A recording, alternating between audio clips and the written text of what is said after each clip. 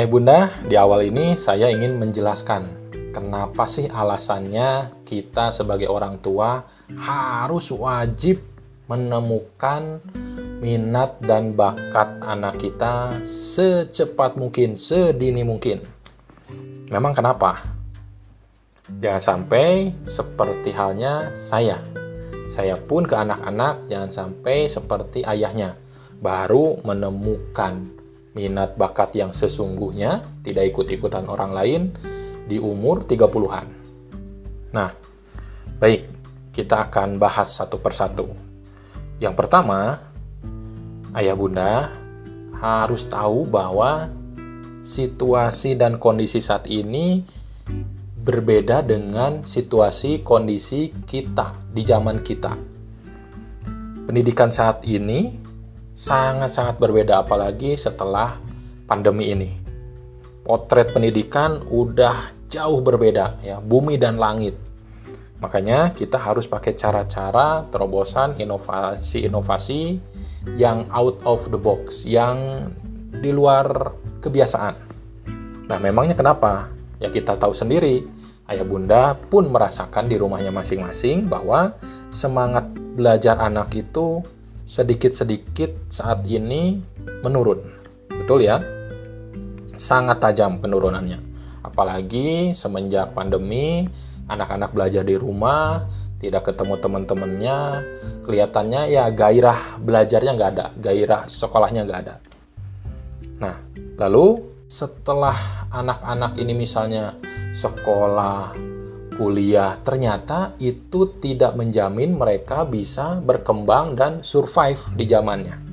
Karena berdasarkan data statistik, ternyata orang-orang yang sudah terdidik pun, maksud terdidik itu yang sekolah pun, sekolah SMA, S1, S2 pun, itu banyak yang menganggur. Tercatat 6,2 juta orang itu pengangguran itu ya pengangguran terdidik. Kalau pengangguran yang nggak terdidik sih kita udah apa ya wajar lah. Tetapi yang bikin saya kaget, kok yang terdidik pun, yang sekolah pun, bahkan sekolah tinggi pun bisa nganggur juga ya. Ada apa ini? Lalu ternyata yang bikin saya kaget lagi, ada 87% mahasiswa, ini mahasiswa ya, yang sedang kuliah, 87% mereka merasa salah jurusan. Kok bisa? Ya bisa. Nah, setelah mereka kuliah, lulus, wisuda, pakai toga, nah disurvei lagi tuh. Ternyata setelah bekerja, ada 63% orang yang bekerja di Indonesia ini tidak sesuai dengan jurusannya. Jangan jauh-jauh lah. Mungkin ayah bunda punya saudara, punya tetangga, punya ponakan atau siapapun, teman dan lain-lain. Coba tulisin 10 orang, siapa aja, bebas, random. Nah, terus kita tanyain, kamu sekarang kerjanya apa, backgroundnya apa? Kerjanya apa, backgroundnya apa? Ya, kurang lebih sama lah. 6 dari 10 orang itu tidak sesuai dengan backgroundnya, termasuk saya. Apakah kita harus menyesal? Ya enggak ya. Makanya jangan sampai anak-anak kita luntang-lantung atau kayak orang yang linglung berpuluh-puluh tahun ya, belum menemukan tujuan hidupnya. Nah, oleh sebab itu, mari kita arahkan anak-anak kita untuk belajar, untuk sekolah yang memang dia butuhkan untuk masa depan dia.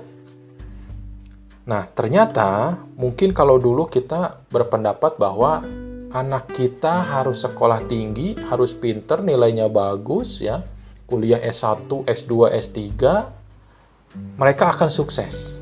Ternyata enggak. Berdasarkan data dari KPK, koruptor-koruptor ini bukan orang yang sembarangan. Mereka memiliki pendidikan yang tinggi, S1, S2, S3, bahkan bukan sekolah di Indonesia saja, banyak lulusan dari luar negeri. Jadi ayah bunda, bahwa pintar saja itu tidak menjamin anak kita sukses di masa depan. Malah, dengan hanya mengutamakan kepintaran saja, malah kita bisa menjerumuskan anak kita masuk ke lubang penjara. Jangan sampai anak-anak kita pinternya pinter keblinger, karena hanya mementingkan sebuah nilai saja, mementingkan sebuah material saja. Nah, makanya yuk dari awal, saya ulangi lagi, dari awal sedini mungkin, kalau perlu sebelum anak sekolah, kita sudah tahu mereka mau sekolah di mana, nanti SMP di mana, SMA di mana, kursusnya apa, eskulnya apa, ngambil jurusan apa, kuliahnya di mana, ngambil jurusan apa, nanti mudah-mudahan kerjanya di bidang apa, profesinya di bidang apa.